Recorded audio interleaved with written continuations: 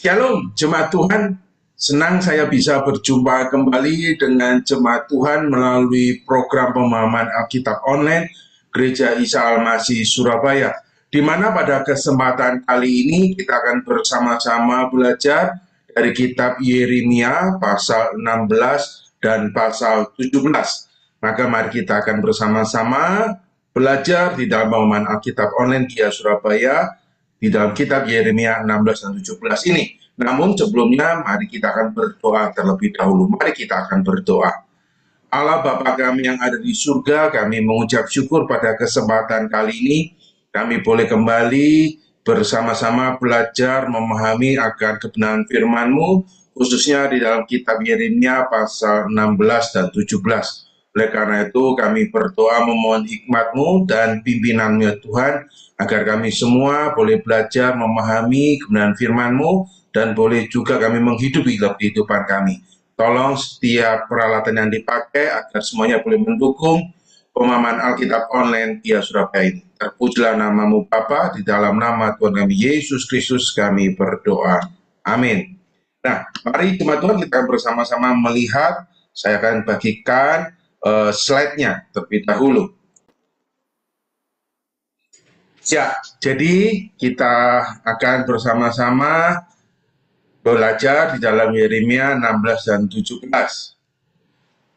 Nah, saya ajak untuk kita terlebih dahulu membaca ayatnya. Saya mengundang jemaat Tuhan untuk bisa membuka Alkitab yang ada dan saya akan membacakan bagi kita semua.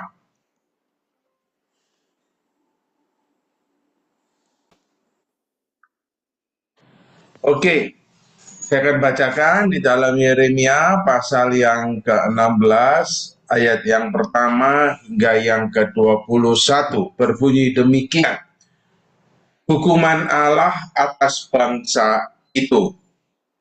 Firman Tuhan datang kepadaku bunyinya, janganlah mengambil istri dan janganlah mempunyai anak-anak lelaki dan anak-anak perempuan di tempat ini.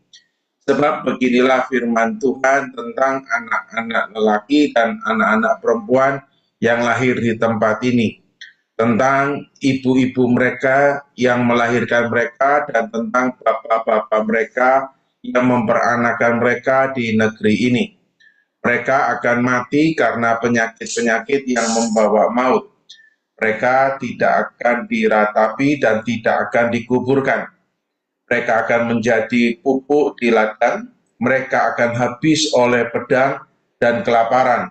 Mayat mereka akan menjadi makanan burung-burung di udara dan binatang-binatang di bumi. Ayat yang kelima, sungguh beginilah firman Tuhan. Janganlah masuk ke rumah perkabungan, dan janganlah pergi meratap, dan janganlah turut berduka cita dengan mereka. Sebab aku telah menarik damai sejahtera pemberianku daripada bangsa ini. Demikianlah firman Tuhan, juga kasih setia dan belas kasihanku. Besar kecil akan mati di negeri ini, mereka tidak akan dikuburkan, dan tidak ada orang yang akan meratapi mereka. Tidak ada orang yang akan menoreh-noreh diri, dan yang akan menggundul kepala karena mereka. Tidak ada orang yang akan memecah-mecahkan roti bagi orang yang bergabung untuk menghiburkan dia karena kematian itu. Bahkan tidak ada orang yang akan memberi dia minum dari piala penghiburan oleh karena kematian ayah atau ibunya. Janganlah engkau masuk ke rumah orang mengadakan perjamuan untuk duduk makan minum dengan mereka. Sebab beginilah firman Tuhan semesta alam, Allah Israel. Sesungguhnya di tempat ini, di depan matamu dan pada zamanmu, akan kuhentikan suara kegirangan dan suara sukacita, suara pengantin laki-laki dan suara pengantin perempuan. Ayat yang ke-10, apabila engkau memberitahukan kepada bangsa ini segala perkataan itu dan mereka berkata kepadamu, mengapakah Tuhan mengancamkan segala malapetaka yang besar ini terhadap kami? Apakah kesalahan kami dan apakah dosa yang telah kami lakukan terhadap Tuhan Allah kami? Maka engkau akan berkata kepada mereka, oleh karena nenek moyangmu telah meninggalkan aku, demikianlah firman Tuhan. Dan oleh karena mereka telah mengikuti Allah lain dengan beribadah dan sujud menyembah kepadanya. Tapi mereka meninggalkan aku dan tidak berpegang pada Taurat-Tauratku. Ayat yang ke-12, dan kamu sendiri berlaku lebih jahat daripada nenek moyangmu. Lihat, kamu masing-masing mengikuti kedegilan hatinya yang jahat daripada mendengarkan kepadaku. Maka aku akan melemparkan kamu dari negeri ini ke negeri yang tidak dikenal oleh kamu ataupun oleh nenek moyangmu. Di sana kamu akan beribadah kepada Allah lain siang malam, sebab aku tidak akan menaruh kasihan lagi kepadamu. Ayat 14, sebab itu demikianlah firman Tuhan, sesungguhnya waktunya akan datang bahwa tidak dikatakan orang lagi, demi Tuhan yang hidup yang menuntun orang Israel keluar dari tanah Mesir, melainkan demi Tuhan yang hidup yang menuntun orang Israel keluar dari tanah utara dan dari segala negeri kemana ia telah mencerai-beraikan mereka. Sebab aku akan membawa mereka pulang ke tanah yang telah kuberikan kepada nenek moyang mereka. Sesungguhnya aku mau menyuruh banyak penangkap ikan, demikianlah firman Tuhan, yang akan menangkap mereka. Sesudah itu aku mau menyuruh banyak pemburu yang akan memburu mereka dari atas segala gunung dan dari atas segala bukit dan dari celah-celah bukit batu. Sebab aku mengamati segala tingkah langkah mereka. Semuanya itu tidak tersembunyi dari pandanganku dan kesalahan mereka pun tidak terlindung di depan mataku. Aku akan mengganjar 2 kali lipat kesalahan dan dosa mereka, oleh karena mereka telah menajiskan negeriku dengan bangkai dewa-dewa mereka yang menjijikan dan telah memenuhi tanah milikku dengan perbuatan mereka yang keji. Ya Tuhan, kekuatanku dan bentengku, tempat pelarianku pada hari kesesakan. Kepadamu akan datang bangsa-bangsa dari ujung bumi serta berkata, sungguh, nenek moyang kami hanya memiliki dewa penipu, dewa kesia-siaan yang satu pun tiada berguna. Ayat yang ke-20, dapatkah manusia membuat Allah bagi dirinya sendiri, yang demikian bukan Allah. Sebab itu ketahuilah, aku mau memberitahukan kepada mereka, sekali ini aku akan memberitahukan kepada mereka kekuasaanku dan keperkasaanku. Ya, sampai di situ pembacaan firman Tuhan kita, Yeremia 16 ayat yang pertama hingga yang ke-21.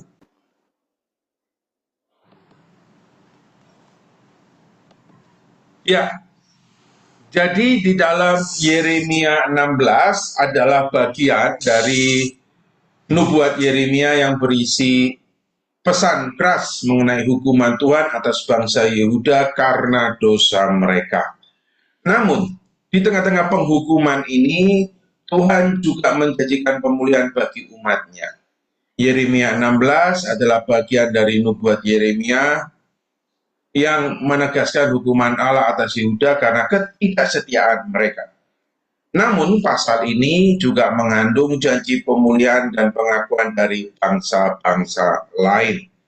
Nah, jemaat Tuhan, Yeremia 16 ini saya coba untuk bisa dibagi menjadi beberapa bagian utama. Ya, ada 6, sebagaimana jemaat Tuhan bisa melihat di share screen yang saya bagikan di layar yang saudara juga bisa lihat. Yang pertama, dari ayat yang ke-1 sampai yang ke-4 itu bicara larangan bagi Yeremia untuk menikah dan memiliki anak, ya, di mana Tuhan melarang Yeremia untuk menikah dan memiliki anak sebagai tanda simbolis bahwa kehancuran besar akan datang atas Yehuda.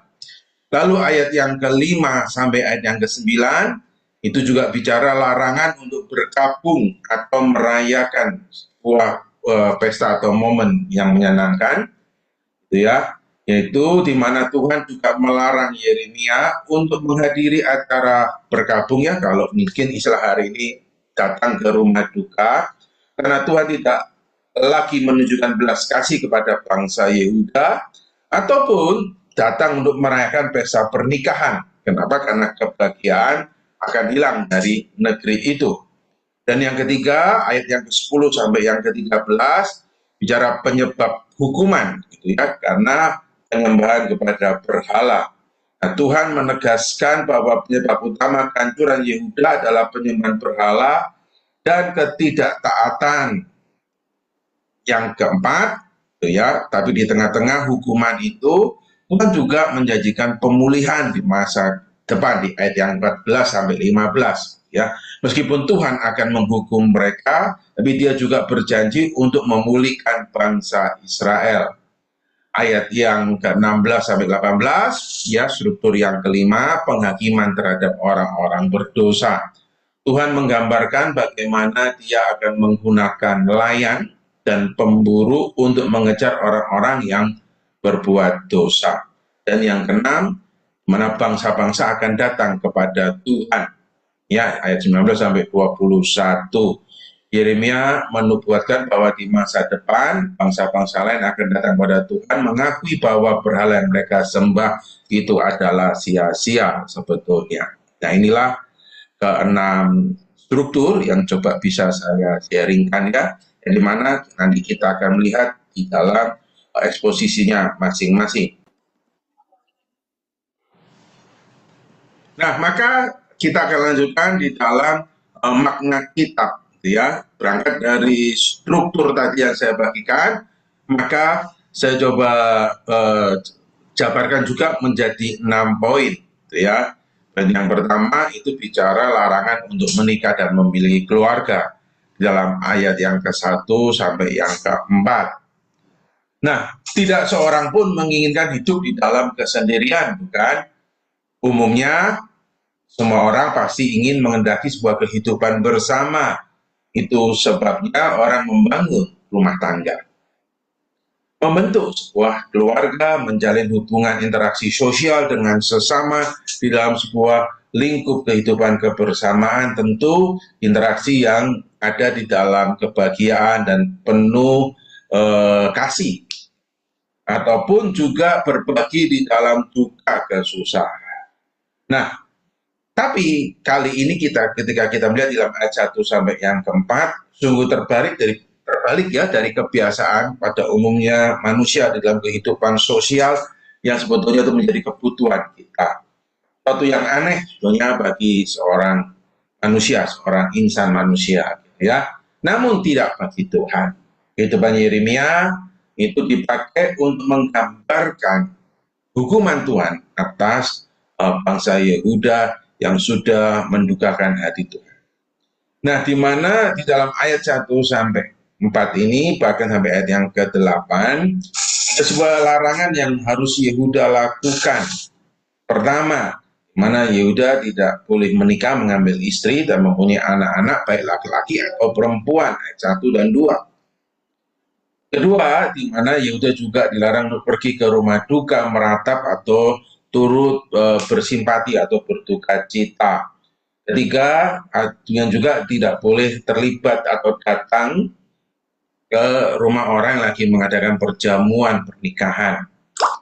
Ya, kenapa? Karena mulai dari ayat 1 sampai ayat yang ke-9, ya, yaitu larangan menikah, larangan dari pergabungan perayaan, karena di Yehuda akan ada malapetaka besar, yaitu kematian karena penyakit, peperangan, dan kelaparan. Itu yang ada di ayat yang keempat. Tuhan telah menarik damai sejahtera, kasih karunia, dan belas kasihannya. Yang kelima, Tuhan juga menghentikan suara kegirangan dan sukacita dari tengah-tengah mereka. Ya, nah, hal itu mengajarkan bahwa semua kita miliki sebetulnya itu adalah pemberian Tuhan. Di mana Dia yang memberi, Dia juga yang sanggup untuk menarik dan mengambilnya kembali. Nah, sekarang kita akan melihat larangan untuk menikah dan memiliki keluarga. Ayat yang ke-1 sampai yang ke-4. Allah melarang Yeremia untuk menikah, memiliki anak, atau membangun keluarga di Yehuda. Ini adalah sebuah tindakan simbolis yang menunjukkan bahwa masa depan bangsa itu suram. Anak-anak dan orang tua mereka akan mati karena pedang, kelaparan, dan penyakit tanpa penghiburan atau pemakaman. Nah, maknanya dari ayat 1-4 ini, anak-anak yang lahir saat itu akan mengalami penderitaan yang luar biasa, sehingga lebih baik tidak menikah dan memiliki keturunan. Ya, di mana Tuhan ini ingin menunjukkan keseriusan penghukuman yang akan terjadi. Makna teologisnya ya 1-4. Perintah ini menunjukkan betapa beratnya hukuman Allah sehingga memiliki keluarga di zaman itu hanya akan membawa penderitaan yang lebih berat lagi. Ini menegaskan bahwa kehidupan Yeremia sendiri menjadi bagian dari pesan kenabian bagi bangsa Yehuda. Nah, demikian juga dalam kehidupan saya dan kita, terkadang Tuhan meminta kita untuk taat tanpa kita bisa memahami why, kenapa ya Tuhan kok menyuruh kita melakukan ini taat ya. Kadang-kadang aplikasi ini juga berarti bahwa kita dipanggil untuk betul-betul dalam ketaatan taat dengan penuh totalitas, gitu ya. Nah, ayat ini juga bicara bahwa kehancuran sebuah moral rohani dalam suatu bangsa itu bisa memberikan dampak kepada generasi berikutnya. Nah, lalu di dalam ayat yang kelima sampai ayat yang ke-9, di mana Yeremia pun juga dilarang untuk menghadiri perkabungan dan perayaan. Allah juga melarang Yeremia untuk menghadiri acara berkabung dan pesta pernikahan. Kehadiran Allah yang penuh kasih akan diangkat dari bangsa itu sehingga tidak ada lagi sukacita maupun penghiburan. Nah, maknanya di ayat yang kelima sampai yang ke-9 ini menegaskan bahwa penghakiman Tuhan akan membawa penderitaan yang luar biasa. Bangsa Yehuda telah menolak Tuhan sehingga berkat dan belas kasihan dan belas kasihnya itu diambil dari mereka. Nah, ini mempunyai sebuah makna teologis. Tidak ada lagi penghiburan bagi mereka yang akan mati karena murka Allah. Sukacita dan perayaan juga akan hilang karena kondisi kehancuran yang akan datang. Hukuman ini menegaskan bahwa dosa bangsa itu telah mencapai titik yang tidak bisa ditoleransi lagi. Nah, maka juga kita boleh memaknai ya di dalam ayat ini, maka kita tuh jangan menganggap enteng kasih karunia Tuhan. Memang kasih karunia Tuhan itu gratis, tapi bukan berarti murahan. Di dalam bahasa Inggrisnya, the grace of our Lord Jesus Christ is priceless, but it does not mean priceless atau tidak ada harganya. Memang dia gratis, lalu bukan berarti lalu dia tidak ada harganya. Nah, ketika dosa dibiarkan bukan berarti lalu hilang begitu saja. Dosa dibiarkan terus-menerus itu akan mendatangkan penghukuman pada masa dan pada waktunya. Dan sebuah kehidupan yang terpisah dari Tuhan, sebetulnya sebuah kehidupan yang mengerikan. Kehidupan yang terpisah dari sukacita anugerah Allah dalam Kristus Yesus untuk kita hari ini ya, itu berarti kehidupan yang mengerikan. Meskipun mungkin di kacamata dunia sebuah kehidupan yang baik saja, namun sesungguhnya kehidupan yang terpisah dari kasih Allah itu ada kehidupan yang kehilangan sukacita yang sejati.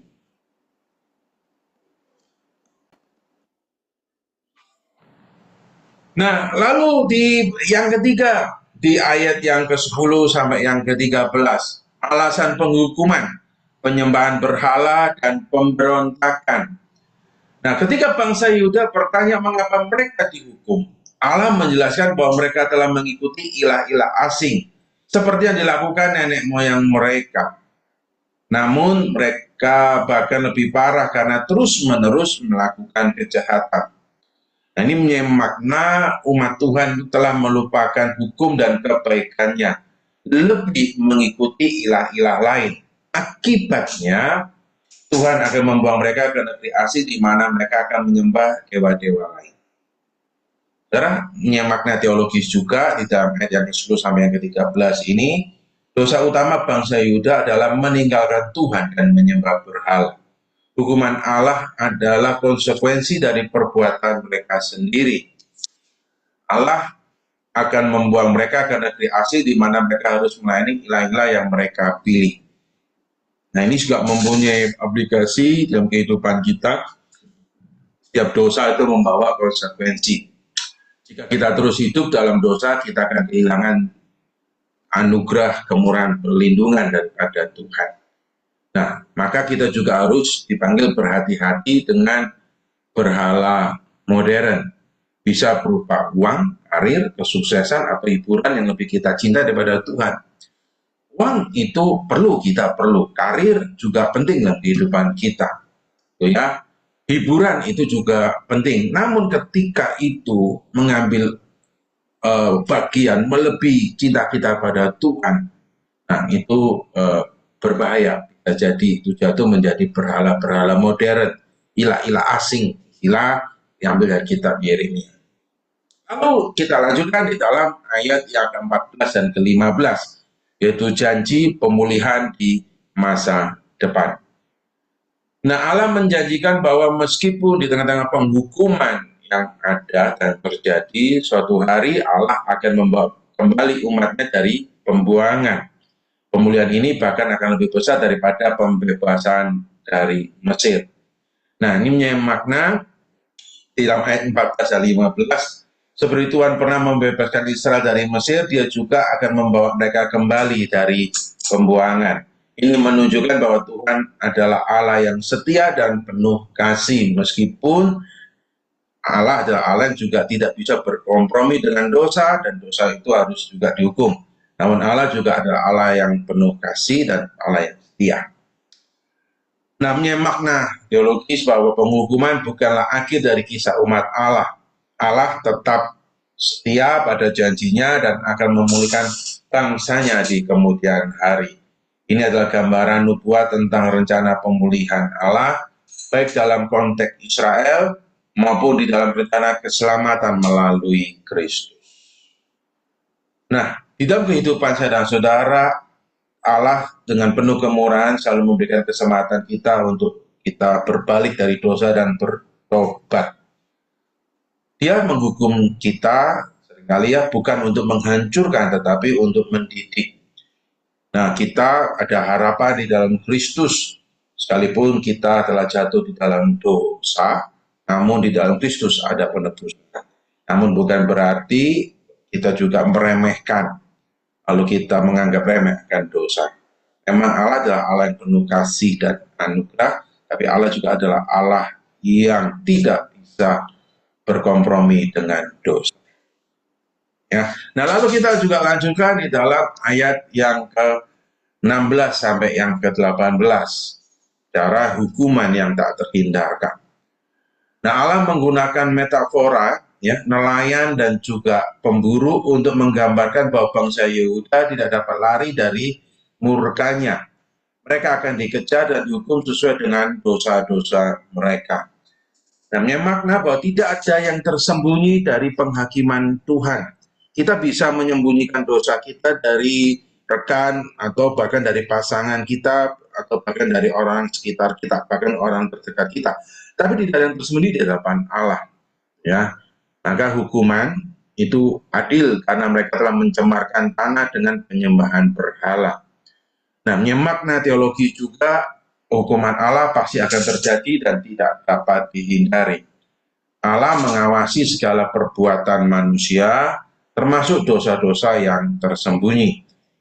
Ya, dosa kolektif suatu bangsa juga memiliki akibat yang nyata dan fatal. Nah, dosa itu tidak bisa disembunyikan dari Tuhan, meskipun kita bisa menyembunyikan dari sesama. Kita mungkin bisa menyembunyikan dari sahabat kita, bahkan dari pasangan kita, tapi tidak bisa kita sembunyikan dari Tuhan, karena Tuhan melihat kedalaman hati kita, yang dimana setiap tindakan kita itu akan dipertanggungjawabkan dan kita harus mempertanggungjawabkan. Karena itu janganlah anggap enteng peringatan. Nah, yang ke-6, cara ayat yang ke-19 sampai yang ke-21, yaitu bangsa-bangsa akan datang kepada Tuhan. Nah, bagian terakhir dari ayat pasal 16 ini ada nubuat yang luar biasa tentang bagaimana bangsa-bangsa lain akan datang kepada Tuhan. Mereka akan menyadari bahwa penyembahan berhala yang mereka warisi adalah sia-sia dan akan mengenal Allah yang sejati. Nah, ini punya makna, ini adalah nubuat tentang keselamatan bagi bangsa-bangsa lain yang digenapi di dalam Kristus Yesus. Ya, hari ini kita boleh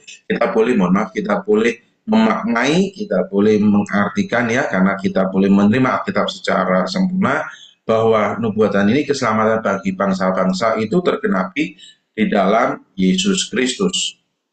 Mana Tuhan adalah satu-satunya Allah yang benar, yaitu Allah Abraham, Ishak, Yakub, Allah yang juga berinkarnasi di dalam Kristus Yesus, dan Allah yang hadir, yaitu Roh Kudus yang dalam kehidupan kita sampai hari ini. Yang dimana bukan hanya Allah bagi bangsa Israel, tapi juga Allah bagi saya dan saudara. Nah, di dalam makna teologisnya, Allah bukan hanya Tuhan hanya bagi kaum Israel saja, tapi juga bagi seluruh bangsa. Ada pengharapan bahwa penyelamatan tidak hanya untuk Yehuda, tapi juga untuk dunia. Ini menunjuk pada rencana keselamatan yang ke depan, yang dimana mungkin Yeremia dan bangsa Yehuda pada waktu itu tidak bisa memahami, itu kan karena mereka tidak bisa melihat ke depan. Tapi hari ini saya dan saudara bisa, bahwa ini juga menunjuk pada rencana keselamatan yang besar bagi bangsa-bangsa yang digenapi di dalam Yesus Kristus. Ya. Dan kita tahu di dalam Kisah Para Rasul 2, yaitu bangsa-bangsa datang kepada Allah yang benar, Allah yang menyatakan diri dalam pribadi yang kedua Yesus Kristus melalui khotbah Petrus. Nah, ini juga menjadi pemahaman sebuah aplikasi bahwa kita yang boleh dikenal, lebih mengenal Yesus Kristus, panggilan kita juga untuk membagikan, men-sharingkan berita baik ini kepada semua bangsa. Janganlah dalam hidup ini hanya memikirkan, mementingkan, mengandalkan hal duniawi. Meskipun itu juga kita perlukan, hal duniawi kita perlukan untuk hidup. Tapi ingatlah penting sebuah amanat ini agung, ya, bahwa di mana keselamatan dalam Kristus adalah sebuah berita yang terbaik, yang dimana dunia tidak bisa berikan. Hal-hal duniawi mana yang dimana ilah-ilah apapun tidak bisa memberikan kita ini pengharapan penyelesaian akan dosa dan murka Allah, yaitu Yesus Kristus. Maka dalam hidup kita pakailah setiap hal-hal duniawi yang ada itu untuk juga bicara tentang hal yang baik ini, keselamatan di dalam Yesus. Nah, setelah kita boleh bersama-sama memahami akan eksposisi makna dari ayat-ayat yang sudah tadi kita dengar dan kita baca, nah maka kita akan mencoba juga melihat relevansi kitab ini, terlebih juga aplikasinya buat kehidupan kita. Maka saya coba untuk merangkum relevansi kitab ini menjadi 3 poin, ya, yaitu pertama, hukuman atas ketidaksetiaan ayat 1-13, yang kedua janji pemulihan 14-15, dan yang ketiga rencana Allah bagi bangsa-bangsa 19 sampai yang ke-21. Nah, Bapak Ibu Saudari sekalian, Yeremia 16 merupakan bagian dari nubuat penghukuman atas Yehuda karena dosa-dosa mereka yang terus-menerus. Namun, pasal ini juga mengandung janji pemulihan di masa depan yang memiliki relevansi dan aplikasi bagi kehidupan orang-orang percaya saat ini. Nah, Tuhan tidak main-main dengan hukuman yang diberikan kepada umat-Nya. Yeremia diperintahkan untuk mengingatkan bahwa meninggalkan Tuhan, tidak berpegang pada Taurat-Nya, dan mengikuti kedegilan hati yang jahat adalah kesalahan dan dosa. Allah sanggup memakai siapa saja untuk menghukum umat-Nya dengan hukuman yang melebihi perbudakan di Mesir. Namun, Dia juga sanggup melepaskan dan menyelamatkan umat-Nya dari penderitaan dan hukuman. Hal ini menjadi peringatan bagi kita bahwa dosa yang tidak dibereskan akan berubah menjadi hukuman. Hukuman Tuhan dapat berlaku bagi siapa saja. Janganlah kita terus-menerus melakukan kesalahan dan dosa, karena melalui kitab ini kita belajar dan kita diingatkan untuk kita juga tidak bermain-main dengan kesabaran Tuhan. Kita harus hidup sesuai dengan kehendak Tuhan. Nah, maka melalui pemahaman kita melihat 3 poin ini ya, bisa saya katakan 3 tema utama di dalam pasal yang ke-16. Ya, ayat 1 sampai 13, hukuman atas ketidaksetiaan. Nah, di mana Allah melarang Yeremia untuk menikah atau menghadiri perkabungan, menghadiri perayaan, menghadiri resepsi pernikahan, kira-kira begitu ya, adalah sebagai sebuah simbol tanda kehancuran yang akan datang, di mana dosa utama bangsa Yehuda pada waktu itu adalah penyembahan berhala dan menolak Tuhan, sehingga mereka akan dibuang ke negeri asing. Allah menegaskan bahwa dosa bukan hanya kesalahan nenek moyang, tetapi juga dosa generasi mereka sendiri. Namun di hukuman itu bukanlah akhir, kan? Di dalam ayat 14 sampai 15 yang menjadi tema yang kedua yang disebut dengan janji pemulihan. Meskipun ada penghukuman, Allah tetap berjanji untuk memulihkan umat-Nya dan membawa mereka kembali ke tanah mereka. Pemulihan ini bahkan digambarkan lebih besar dari peristiwa keluaran bangsa Israel sejarah itu keluar dari Mesir. Lalu tema yang ketiga, rencana Allah bagi bangsa-bangsa, di mana bangsa-bangsa lain pun juga akan menyadari bahwa ilah-ilah mereka adalah sia-sia dan mereka akan datang kepada Allah yang hidup, Allah Abraham, Ishak, Yakub, Allah yang membawa bangsa Israel keluar dari Mesir, dan Allah yang juga bangsa Yehuda, bangsa Israel itu kembali dari negeri pembuangan, di mana Allah sendiri yang akan menyatakan kuasanya kepada mereka. Nah, dari 3 tema utama ini di dalam kitab 16 kita juga bisa melihat relevansi aplikasinya di dalam kehidupan kita.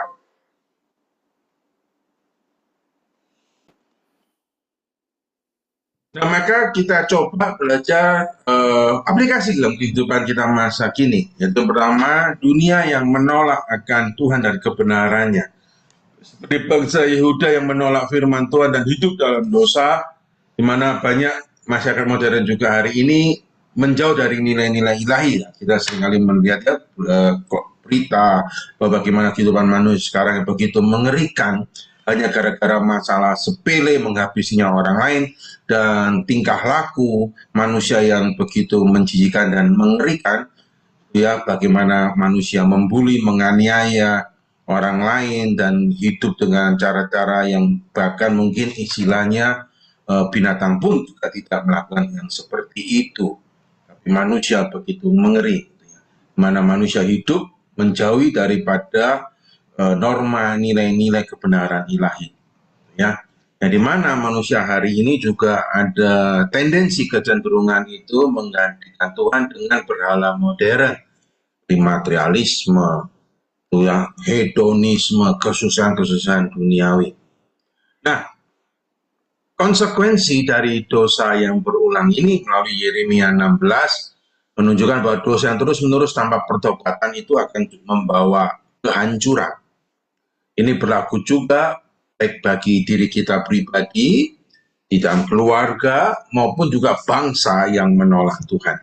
Kehancuran moral dan spiritual terlihat dalam berbagai bentuk seperti ketidakadilan sosial, kerusakan lingkungan, konflik yang berkepanjangan. Nah, namun kita juga tahu bahwa itu bukan end of the story. Ya, ada juga belajar dari kitab Yeremia ini tetap ada harapan di tengah-tengah dinamika kondisi yang mengerikan. Ya, kalau bicara mungkin Indonesia sedang tidak baik-baik saja, atau Indonesia gelap, atau apapun itu, tetap ada pengharapan. Sebagaimana kitab Yeremia, ya, meskipun di tengah-tengah penghukuman, Allah tetap menyediakan sebuah pengharapan. Nah, di dalam konteks perjanjian baru, ini juga mengarah pada pengharapan di dalam Kristus yang membawa keselamatan dan pemulihan bagi manusia berdosa. Dan juga bicara Injil bagi semua bangsa, di mana berita baik Injil itu bicara Kristus, tidak hanya buat bangsa Israel, tapi juga buat seluruh dunia. Nah, hari ini kita lihat bahwa nubuatan ini juga tergenapi melalui bangsa-bangsa yang mulai mengenal Tuhan melalui Injil Kristus diberitakan. Tidak hanya terbatas untuk bangsa Israel saja kan. Buktinya hari ini saya dan saudara, orang Indonesia juga bisa mengenal Kristus yang adalah juru selamat satu-satunya. Nah, lalu so what? Gitu kan. So what gitu, apa yang kita lakukan? Gitu kan, melalui kitab Yeremia ini apa sih yang bisa saya dan saudara lakukan? Yang pertama, maka tetaplah terus setia kepada Tuhan. Meskipun dinamika hidup dunia terus berubah, atau mungkin hari ini kita sebut dengan sedang tidak baik-baik saja.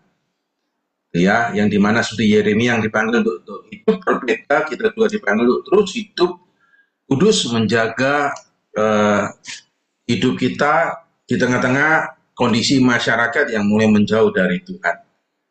Teruslah kita menyatakan prinsip iman kita, jangan takut untuk menjadi berbeda di dalam hal kebenaran, menjaga prinsip moralitas di dalam Kristus, kejujuran, integritas yang baik. Meskipun dunia hari ini mengatakan jalan pintas dianggap pantas, itu tidak otomatis membenarkan kita pun juga harus ikut-ikutan seperti itu. Maka tetaplah setia meskipun dunia berubah. Nah, lalu kita juga dipanggil untuk mengevaluasi diri senantiasa, bertobat dan meninggalkan dosa. Ya, yang dimana ketika Tuhan ingatkan kita, mari kita jangan menganggap sepele dan enteng, tapi sekarang kita bertobat, maka orang Kristen sudah hidup di dalam pertobatan setiap hari. Penting untuk kita mengevaluasi diri kita senantiasa. Ya, pertobatan yang mengarah pada sebuah pemulihan. Growing itu disebut dengan itu kita itu senantiasa bertumbuh. Dan percayalah tetap terus pada janji. Jika kita mengalami kesulitan, jangan cepat-cepat kita menyalahkan Tuhan, tapi kita mengevaluasi diri.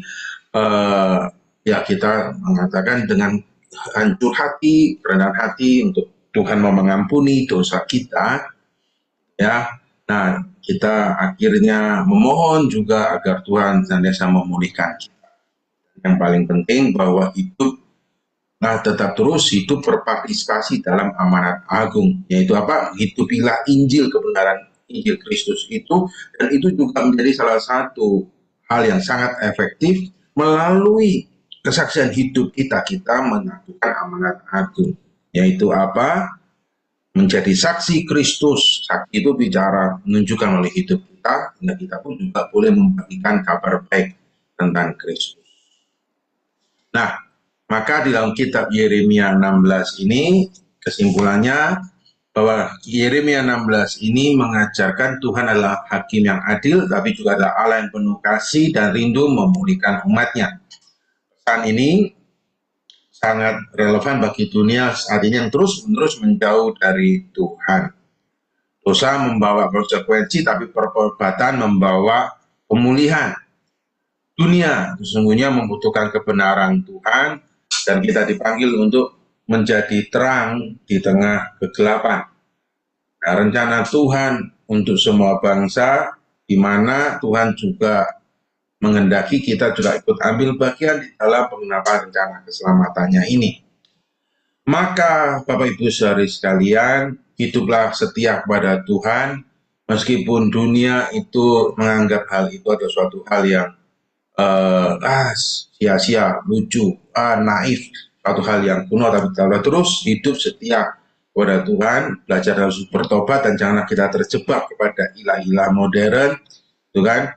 Uang itu penting, tapi janganlah sampai kita jatuh dalam cinta akan uang, sebagaimana kita mengatakan itu adalah akar daripada segala kejahatan, ya. Dan meskipun hari ini mungkin kita berkata, oh Indonesia sedang tidak baik-baik saja, belajarlah percaya bahwa Tuhan masih bekerja untuk bangsa dan negara kita, dan kita juga melihat bahwa Tuhan mau memakai saya dan saudara juga mau terus terlibat aktif di dalam mengabarkan kabar baik, Saya teringat kalau tidak salah ungkapan dari mantan Presiden Amerika ya, John Kennedy, do not ask what the country can do for you, but ask what you can do for the country. Sehingga saya juga mengutip kata ini, tidak terlibat dalam penginjilan, maka jangan kita menuntut apa yang gereja lakukan buat saya, tapi belajar menuntut apa yang saya bisa lakukan buat gereja, buat dunia, dan lagi buat Tuhan.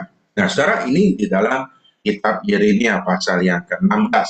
Nah, sekarang kita akan juga lanjut di dalam Yeremia pasal yang ke-17, mana saya akan terlebih dulu membacakan buat jemaat Tuhan ayat 1 sampai ayat yang ke-27, di mana jemaat Tuhan juga bisa membuka Alkitabnya dan bersama-sama membaca dengan saya Yeremia 17 ayat 1 sampai yang ke-27. Nah, mari kita akan bersama-sama membaca dan saya akan bacakan bagi Bapak Ibu Saudara sekalian. Yeremia 17 ayat 1 sampai 27, pergumulan nabi oleh karena bangsa yang berdosa. Ayat 1 sampai 18. Dosa Yehuda telah tertulis dengan pena besi yang matanya dari intan, terukir pada loh hati mereka dan pada tanduk-tanduk mesbah mereka. Sebagai peringatan terhadap mereka, mesbah-mesbah mereka dan tiang-tiang berhala mereka memang ada di samping pohon yang rimbun di atas bukit yang tinggi, yakni pegunungan di padang harta kekayaanmu dan segala barang perbendarahanmu akan kuberikan dirampas sebagai ganjaran atas dosamu di segenap daerahmu. Engkau terpaksa lepas tangan dari milik pusakamu yang telah kuberikan kepadamu. Dan aku akan membuat engkau menjadi budak musuhmu di negeri yang tidak kau kenal. Sebab dalam murkaku, api telah mencetus yang akan menyala untuk selama-lamanya. Beginilah firman Tuhan. Terkutuklah orang yang mengandalkan manusia, yang mengandalkan kekuatannya sendiri, dan yang hatinya menjauh daripada Tuhan. Ia akan seperti semak bulus di padang belantara. Ia tidak akan mengalami datangnya keadaan baik. Ia akan tinggal di tanah angus di padang gurun, di negeri padang asin yang tidak berpenduduk. Yang ketujuh, diberkatilah orang yang mengandalkan Tuhan, yang menaruh harapannya pada Tuhan. Ia akan seperti pohon yang ditanam di tepi air, yang merambatkan akar-akarnya ke tepi batang air, dan yang tidak mengalami datangnya panas terik, dan daunnya tetap hijau, yang tidak khawatir dalam tahun kering, dan yang tidak berhenti menghasilkan buah. Betapa liciknya hati, lebih licik daripada segala sesuatu. Hatinya sudah membatu, siapakah yang dapat mengetahuinya? Yang ke-10, aku, Tuhan yang menyelidiki hati, yang menguji batin, untuk memberi balasan kepada setiap orang setimpal dengan tingkah langkahnya, setimpal dengan hasil perbuatannya.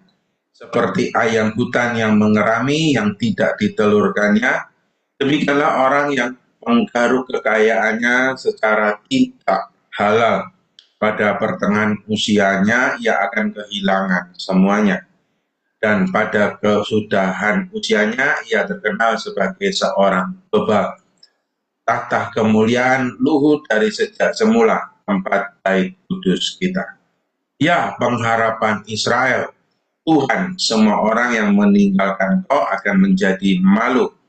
Orang-orang yang menyimpang daripadamu akan dilenyapkan di negeri, sebab mereka telah meninggalkan sumber air yang hidup, yakni Tuhan. Sembuhkanlah aku ya Tuhan, maka aku akan sembuh. Selamatkanlah aku, maka aku akan selamat, sebab engkaulah kepujianku. Yang ke-15, sesungguhnya mereka berkata kepadaku, di manakah firman Tuhan? Biarlah ia sampai. Namun tidak pernah aku mendesak kepadamu untuk mendatangkan malapetaka. Aku tidak mengingini hari bencana. Engkaulah yang mengetahui apa yang keluar dari bibirku, semuanya terpampang di hadapan matamu. Janganlah engkau menjadi kedahsyatan bagiku, Engkaulah perlindunganku pada hari malapetaka. Biarlah orang-orang yang mengejar aku menjadi malu, tetapi janganlah aku ini menjadi malu. Biarlah mereka terkejut, tetapi janganlah aku ini terkejut. Buatlah hari malapetaka menimpa mereka, dan hancurkanlah mereka dengan kehancuran ganda. Ayat yang ke-19 sampai yang ke-27, hari Sabat harus dikuduskan. Beginilah firman Tuhan kepadaku, pergilah engkau dan berdirilah di pintu gerbang anak rakyat yang dilalui keluar masuk oleh raja-raja Yehuda dan di segala pintu gerbang Yerusalem. Katakanlah kepada mereka, dengarlah firman Tuhan, hai raja-raja Yehuda, hai segenap Yehuda dan segenap penduduk Yerusalem yang masuk melalui pintu-pintu gerbang ini. Beginilah firman Tuhan, berawas-awaslah demi nyawamu, janganlah mengangkut barang-barang pada hari Sabat dan membawanya melalui pintu-pintu gerbang Yerusalem. Janganlah membawa barang-barang dari rumahmu keluar hari Sabat, dan janganlah lakukan sesuatu pekerjaan. Tetapi kuduskanlah hari Sabat seperti yang telah kuperintahkan kepada nenek moyangmu. Yang ke-23, namun mereka tidak mau mendengarkan dan tidak mau memperhatikannya, melainkan mereka berkeras kepala, sehingga tidak mau mendengarkan dan tidak mau menerima teguran.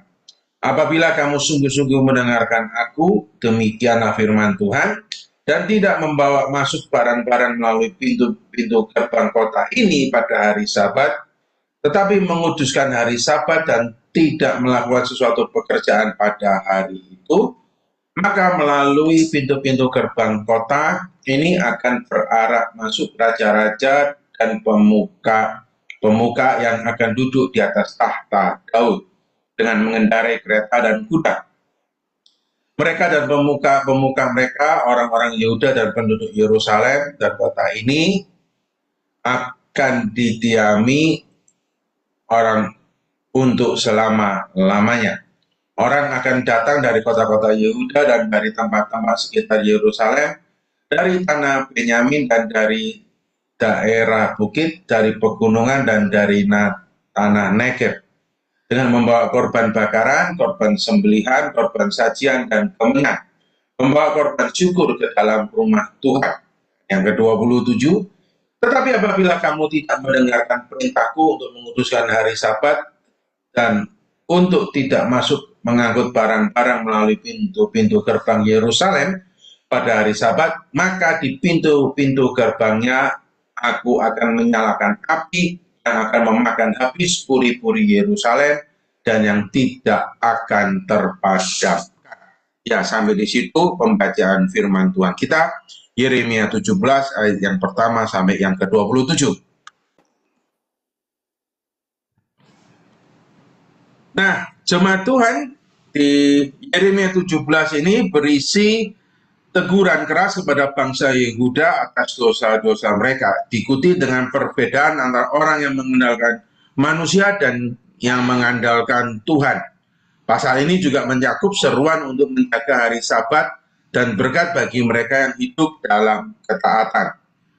Nah, Yeremia 17 adalah bagian dari nubuat Yeremia yang membahas dosa Yehuda, hukuman yang akan mereka terima, serta panggilan untuk mengandalkan Tuhan. Pasal ini juga mengandung janji pemulihan bagi mereka yang setia dan juga bicara seruan untuk terus memelihara hari Sabat. Nah, di mana di dalam Yeremia pasal 17 saya juga mencoba untuk memberikan strukturnya, kerangkanya, ada 6 bagian. Ya, ada yang pertama sampai yang ke-27, ya, di ayat yang ke-1 sampai yang ke-4, di mana dosa Yehuda yang terukir di hati, di mana Yeremia itu menggambarkan dosa Yehuda itu sudah tertulis dengan pena besi di roh mereka, bahkan ujungnya disebut dengan intan, berarti betapa keras gitu ya, dan di mana akhirnya mereka akan dibuang dalam pembuangan. Ayat yang ke-5 sampai yang ke-8, struktur yang kedua, bicara kutuk bagi yang mengandalkan manusia dan berkat bagi yang mengandalkan Tuhan. Yeremia ini membandingkan orang yang mengandalkan manusia seperti semak di padang gurun kering dan tanpa harapan, dan orang yang mengandalkan Tuhan itu seperti pohon yang ditanam di tepi air, selalu segar dan berbuah. Dan ayat yang ke-9 dan yang ke-10 berbicara hati manusia yang licik dan Tuhan yang menguji. Yeremia mengatakan bahwa hati manusia itu licik dan suka diselami. Tuhanlah yang menguji hati dan membalas setiap orang sesuai dengan perbuatannya. Dan ayat yang ke-11 bicara tentang kekayaan yang didapat dengan tidak jujur. Yeremia memperingatkan bahwa kekayaan yang diperoleh secara curang tidak akan bertahan lama. Dan ayat 12 sampai 18, Yeremia juga berdoa, harapan Yeremia pada Tuhan agar Tuhan menjadi perlindungannya dan menghukum musuh-musuhnya. Dan kerangka yang ke-6 di ayat yang 9 sampai 27 bicara peringatan untuk terus memegang hari Sabat. Tuhan memperingatkan Yehuda untuk memelihara hari Sabat dengan tidak membawa barang dagangan ke dalam kota. Jika mereka taat, kota itu akan diberkati, tetapi jika tidak, kehancuran akan. Nah, melalui Yeremia, Allah menegaskan kepada bangsa Yehuda karena 3 dosa mereka yang mendatangkan bencana dan malapetaka. Pertama, dosa yang sudah terukir dalam hati bangsa Yahudi, dalam bangsa Yehuda, ini menggambarkan dan menunjukkan apa yang terjadi dalam kehidupan batin yang menjadi pusat kepribadian mereka. Tidak ada tanda atau goresan sedikit pun pada hati mereka yang menandakan suatu respon yang baik terhadap firman-Nya. Apa yang tergores sangat dalam di dalam hati mereka hanyalah dosa. Yang pertama. Kedua, mereka lebih mengandalkan manusia daripada Allah, ya. Mereka percaya pada manusia daripada Allah. Ketiga, hati bangsa Yehuda sudah sebagian bobrok dan korup sehingga tidak mungkin diperbaharui lagi. Ya, hati yang sangat licik dan Tuhan itu mengetahuinya. Hati mereka secara terus-menerus berpaling pada dosa, karena itu Tuhan tidak dapat dipercayai jika mendatangkan malapetaka dan bencana besar atas bangsa Yehuda yang hidup moral, sosial, spiritualnya itu sudah bobrok dan amburadul. Namun bangsa Yehuda bukannya segera menangisi dan menyesali dosa-dosanya serta memohon belas kasihannya. Sebaliknya mereka itu mengolok-olok Yeremia dan firman-Nya yang ia beritakan. Tindakan ini menunjukkan bahwa mereka sudah tidak takut lagi terhadap penghukuman Allah, bahkan cenderung menantangnya di ayat yang ke-15. Mereka juga menuduh Yeremia mengada-ngada dan senang jika bangsanya ditimpa bencana dan malapetaka. Bahkan mereka mengancam keselamatan Yeremia sehingga menyebabkan Yeremia berteriak minta tolong kepada Allah dan membela dan melindunginya. Ayat yang ke-14 sampai 18 dan 19 ya, itu salah tulis saya, 19 sampai 27 peringatan untuk memelihara hari Sabat. Nah, kita akan melihat satu persatu di dalam ayat 1 sampai yang keempat. Dosa Yehuda yang terukir di hati. Ya, Allah menyatakan bahwa dosa Yehuda itu begitu mendalam sehingga terukir di hati mereka. Tinta dari besi, ujung pena dari intan itu menggambarkan betapa dosa itu begitu tanam di dalam hati mereka. Akibatnya mereka mendapatkan hukuman, kehilangan tanah mereka dan diangkut ke pembuangan. Nah, ini punya makna dosa yang sudah begitu mendalam seolah-olah terukir di hati mereka, di mana mereka lebih mencintai berhala dan kehidupan dosa daripada Tuhan, sehingga Tuhan itu menghukum mereka. Nah, makna teologisnya, dosa Yehuda yang begitu melekat sehingga sulit dihapus. Dosa bukan hanya tindakan luar, tapi juga menjadi bagian dari hati dan juga dari budaya atau habit. Hukuman berupa pembuangan adalah konsekuensi yang tidak terhindarkan. Nah, ini juga mempunyai aplikasi ya, pemahaman bahwa hati itu mencerminkan juga siapa kita. Dan juga bicara hubungan kita dengan Tuhan. Yang menjadi pertanyaan, apakah kita mencintai Tuhan atau lebih mencintai hal duniawi. Nah, dosa yang terus dibiarkan itu akan mengerasi hati kita. Maka hendaklah kita itu tidak menyepelekan peringatan Tuhan. Nah, lalu dilanjutkan dalam ayat yang ke-5 dan ke-8 bahwa percaya kepada manusia, PS percaya kepada Tuhan. Yeremia ini dalam ayat 5-8 membandingkan dua jenis orang. Orang yang mengandalkan manusia digambarkan seperti semak di padang pasir yang tidak mendapatkan air dan yang tidak mengalami kemakmuran. Dan orang yang mengandalkan Tuhan digambarkan seperti pohon yang ditanam di tepi air yang tetap hijau, berbuah meskipun dalam musim yang kering. Nah, ini mempunyai makna bahwa ketika seseorang itu hanya mengandalkan kekuatan manusia, ya sebenarnya akan mengalami kegagalan dan kekecewaan. Orang yang bersandar pada Tuhan akan tetap terus kuat, bahkan di masa-masa yang sulit. Dan ini punya juga makna teologis, kepercayaan pada manusia membawa kekecewaan. Ya, kita kalau percaya pada manusia tentu akan membawa pada kekecewaan meskipun seakan-akan menjanjikan. Tapi mengandalkan Tuhan itu membawa keberhasilan kehidupan yang bermakna. Karena berkelimpahan bicara punya kehidupan yang bermakna ketika kita mengandalkan Tuhan. Tuhan adalah sumber kehidupan sejati, ya. Jadi bukan manusia yang menjadi sumber kekuatan kita. Aplikasinya maka mari kita juga belajar untuk tidak mengandalkan manusia, tapi kita mengandalkan Tuhan.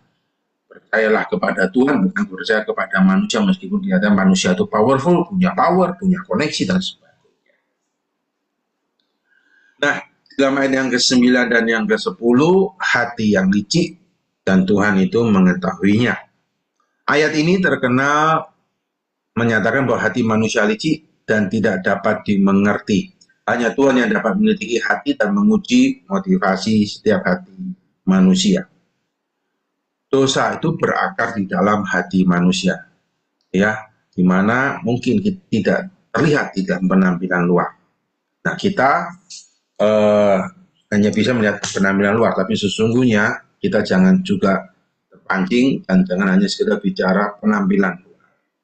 Kenapa? Karena sesungguhnya dalam hidup kita harus lebih mengevaluasi diri. Tuhan itu melihat kedalaman hati kita. Dia mengetahui niat terdalam kita, bukan hanya tindakan lahiriah. Nah, seringkali kita tidak menyadari betapa rusaknya hati kita. Tuhanlah adalah satu-satunya yang bisa menilai hati kita dengan adil. Maka dengan segenap kerendahan hati kita perlu juga membawa hati kita ke hadapan Tuhan untuk mau diperbaharui. Maka dalam kehidupan kita perlu juga senantiasa belajar firman Tuhan untuk memperbaharui hati kita. Ya, jangan bicara tentang wah yang penting ini dan itu, tapi kita tidak pernah belajar firman Tuhan. Nah, maka belajarlah firman Tuhan itu penting. Terlebih lagi hidupi firman Tuhan itu dan mintalah hikmat Tuhan untuk bahwa firman Tuhan itu yang mengkoreksi hati kita. Kita senantiasa belajar jujur, mengevaluasi, bertobat dan bertumbuh di dalam kebenaran firman-Nya.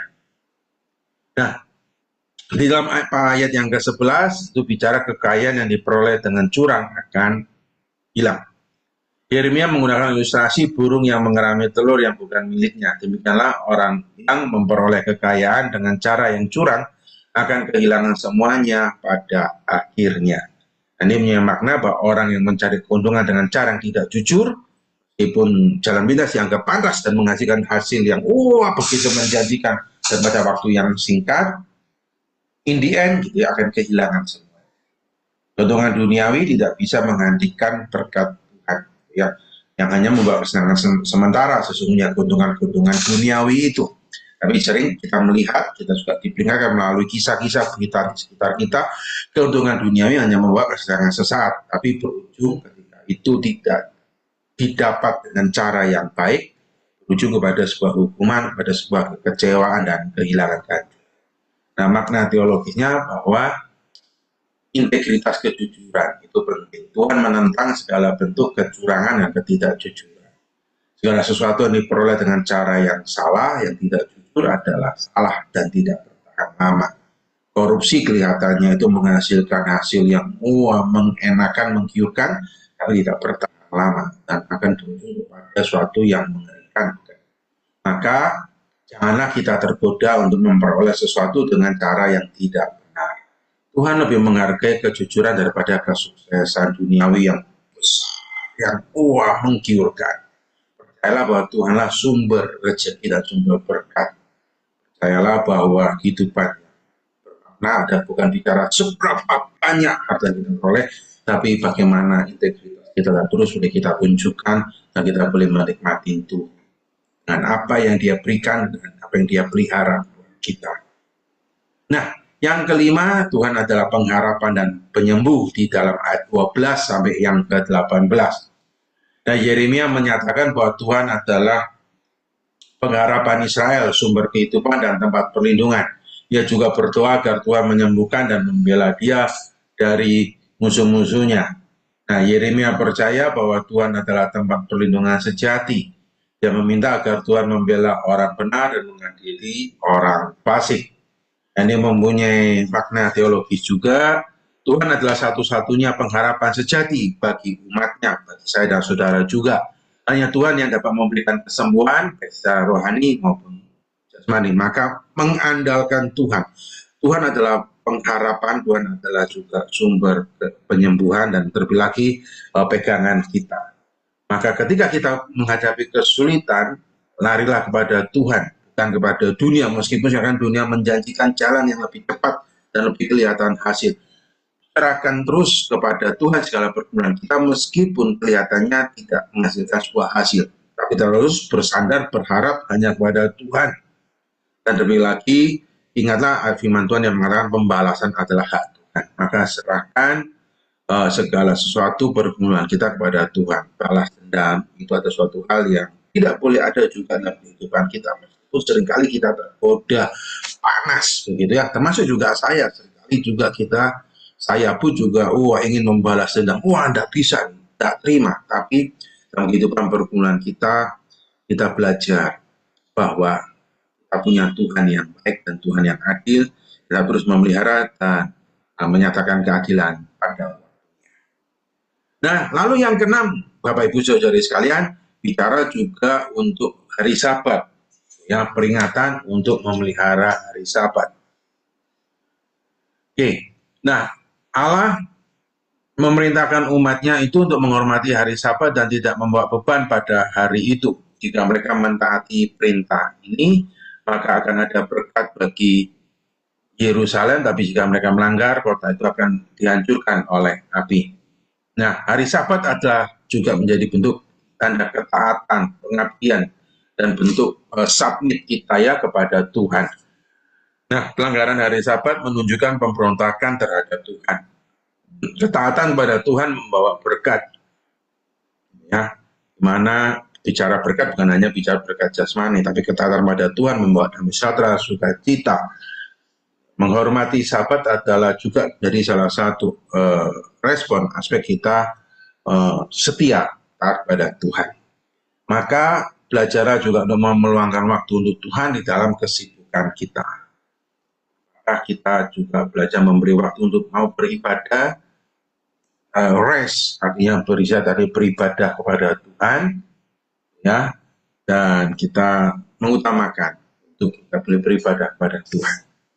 Nah, di dalam Yeremia 17 ini, saudara, kita belajar untuk relevansi dalam kehidupan kita.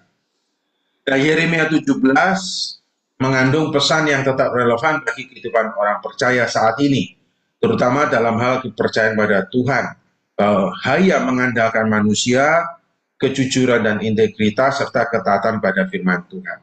Respon bangsa Yehuda terhadap Yeremia adalah buah yang pasti dari hati manusia yang sudah dikuasai dan dibutakan oleh dosa.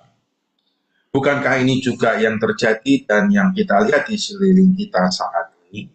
Mereka yang secara terang-terangan terlibat dalam tindak kejahatan korupsi tingkat tinggi dan kejahatan terhadap hak asasi manusia justru dapat berbalik mengancam dan menyerang pembela-pembela kebenaran, bahkan menimbulkan gejolak politik dan sosial di negara ini. Nah, tapi relevansinya, meskipun di tengah-tengah keadaan yang seakan-akan yang jahat itu berjaya, nikmat, seakan-akan orang yang melakukan tindak kejahatan korupsi mengerikan itu ya, yang sampai dibikin liga mengerikan, seakan-akan malah berbalik mengancam kita yang menjaga untuk hidup benar, seakan-akan bahwa kita pada sebuah persimpangan jalan, apakah tetap aku menjaga hati yang bersih atau ikut-ikutan mereka? Nah, kita diingatkan relevansi ini ya, untuk tetap terus mengandalkan Tuhan dan jangan mengandalkan manusia dan jangan tergoda untuk mengikuti cara-cara manusia yang tidak mengenal Allah, tapi tetaplah terus percaya kepada Tuhan melalui ayat yang 5 sampai ke 8 ya. Maka di mana ya kehidupan kita seringkali berada dalam tegangan tarik ulur antara apa yang ada di hadapan mata dan apa yang masih harus diperjuangkan, antara apa yang terlihat dan apa yang diimani, antara kenyamanan dan kewajiban. Umat Yehuda telah kita lihat selama beberapa hari terakhir ini, ya di dalam pemahaman Alkitab kita mengalami pergumulan secara serius, secara kolektif dengan pilihan-pilihan yang membawa mereka terus hidup dalam dosa. Tuhan memberi vonis berat kepada mereka, bukan apa yang di depan mata dan bukan kenyamanan yang seharusnya mereka cari, melainkan hidup bagi Tuhan dan membuat pilihan-pilihan dengan mengandalkan Tuhan. Itulah yang Tuhan inginkan. Karena umat Yehuda mengandalkan diri sendiri untuk mendapatkan kekayaan dan kenikmatan hidup. Semua itu jadi dirampas oleh orang lain. Bahkan umat akan mengalami kejatuhan besar dari kehidupan makmur hingga menjadi budak di tanah asing. Yeremia mengontraskan kehidupan umat Yehuda yang mengandalkan diri dan kenikmatan sesaat dengan kehidupan orang-orang yang mengandalkan Tuhan.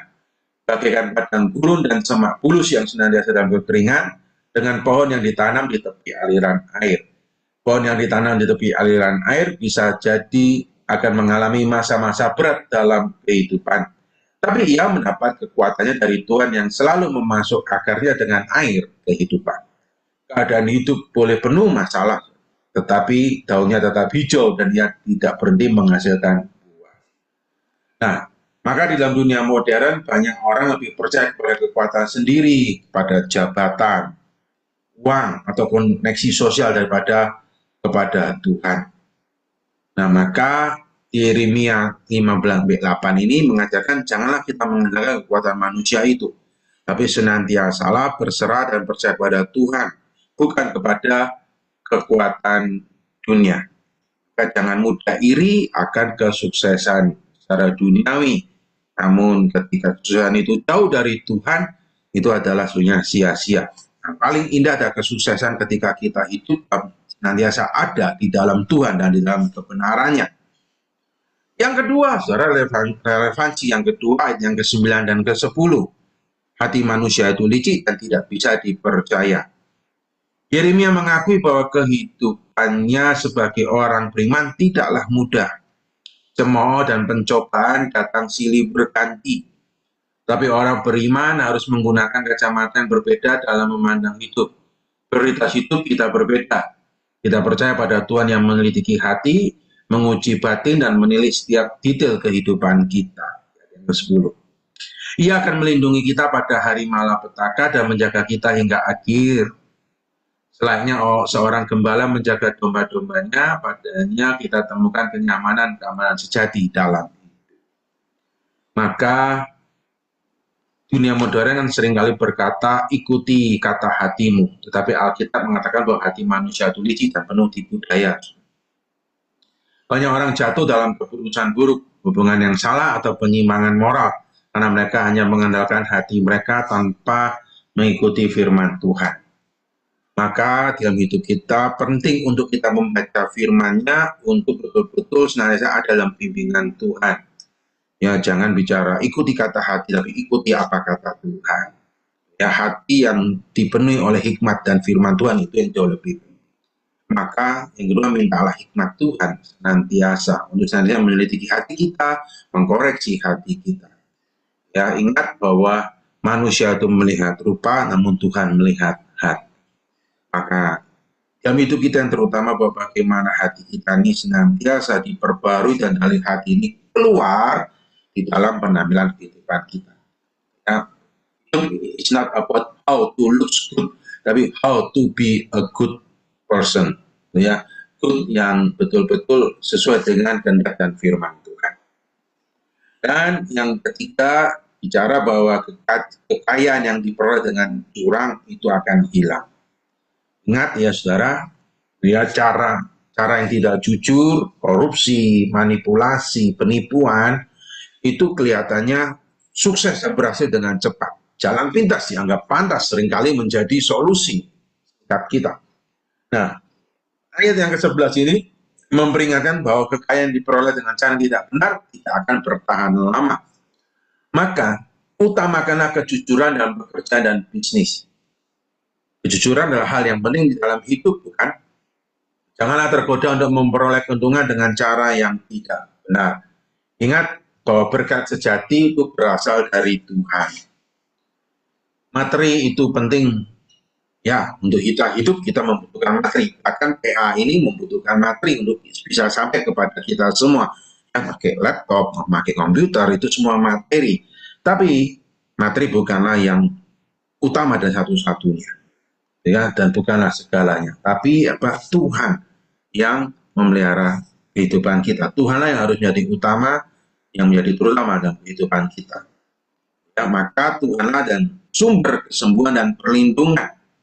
Maka dalam hidup ini yang penuh ketidakpastian, gitu kan, banyak orang lebih mencari jaminan itu dari dunia, ya bahkan mungkin dari koneksi dari pemerintahan, ya. Tapi ingatlah, carilah Tuhan. Ya, dia mengajarkan bahwa hanya Tuhanlah yang dapat memberikan penghiburan, perlindungan, dan pemulihan sejati. Maka di dalam kesulitan, apapun carilah Tuhan senantiasa. Percayalah bahwa sumber pengharapan kita ada di dalam Tuhan. Tuhan itu berkuasa berdaulat di dalam setiap situasi kehidupan saya dan saudara. Maka berdoalah senantiasa kepada Dia. Dan jangan kita mudah berpaling untuk mencari pertolongan lain, ilah-ilah lain yang kelihatannya lebih menjanjikan. Dan yang kelima, yang 19-27 juga mengingatkan kita bahwa pentingnya menghormati dan menyediakan waktu untuk beribadah atau istilahnya hari Sabat. Banyak di masa-masa ini ya, ibadah itu hanya ya sambil lalu, hanya ya kalau senggang, kalau sempat. Maka ibadah itu sediakan waktu dengan baik, ya, gunakan waktu dengan bijak. Jangan hanya asal, jangan hanya sekedar mengisi waktu. Tapi istilah mengisi waktu dalam arti yang negatif tentunya, tapi betul-betul mengisi kehidupan kita, gunakan waktu itu dengan bijak, dan jangan lupa untuk senantiasa beribadah kepada Tuhan. Nah, maka Yeremia 17 ini ya mengajarkan kita beberapa hal, ada 5 bagian, kan? Percayalah kepada Tuhan, bukan kepada manusia. Ya. Dan yang kedua, jagalah hati kita agar tetap terus bersih di hadapan Dia. Dan belajar untuk menjalani hidup kita dengan jujur dan punya integritas yang baik. Serahkanlah hidup kita senantiasa sepenuhnya kepada Tuhan. Dan Dialah sumber perlindungan kita yang sejati. Dan yang penting, luangkan waktu terus untuk Tuhan. Mulailah hidup kita untuk terus menyediakan waktu untuk kita berrelasi, berkoneksi dengan Tuhan di dalam doa-doa kita.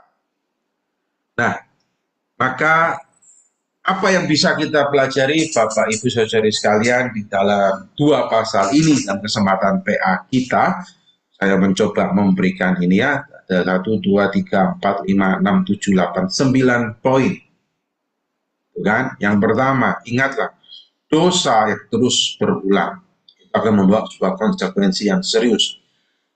Ketika dosa itu tidak ketahuan, bukan berarti it does not matter, tidak masalah. Ingat, dosa membawa konsekuensi yang serius. Yang kedua, Tuhan terkadang meminta kita untuk terus taat, bahkan di dalam hal yang sulit.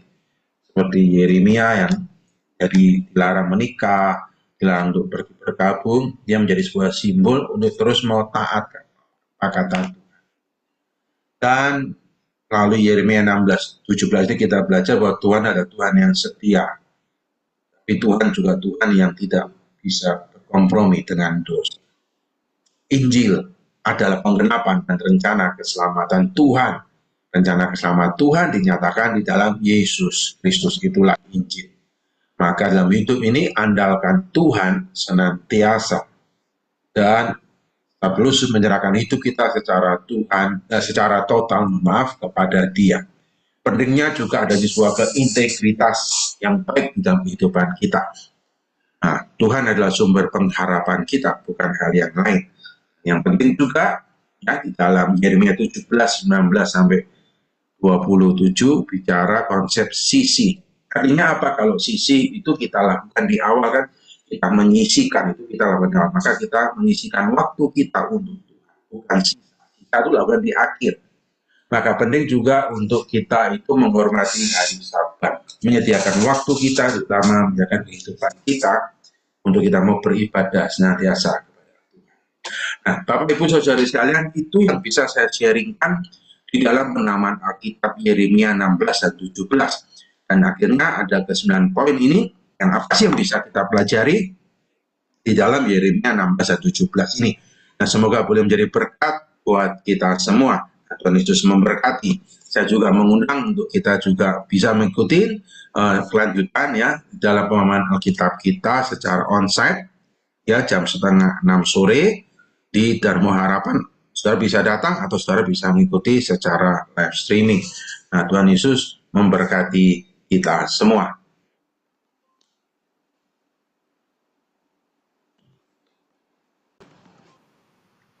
Nah, maka kita akan akhiri dengan doa. Mari kita akan berdoa. Tuhan, kami mengucap syukur pada kesempatan ini kami boleh belajar dalam kitab Yeremia 16 dan 17 ini. Tuhan tolong kami boleh mengikuti firman Tuhan yang boleh kami pelajari ini. Tuhan juga menolong pemahaman Alkitab secara onsite dan streaming sebentar sore di Darmo Harapan. Tuhan menolong hamba-Mu, Bapak Penatua Lindra Haryanto, di mana Tuhan pakai, Tuhan memberikan hikmat untuk membagikan kebenaran firman. Terpujilah nama-Mu Bapa, di dalam Kristus Yesus Tuhan kami berdoa. Amin. Demikian Bapak Ibu Saudara sekalian, pemahaman Alkitab secara online telah kita ikuti bersama-sama. Tuhan Yesus memberkati.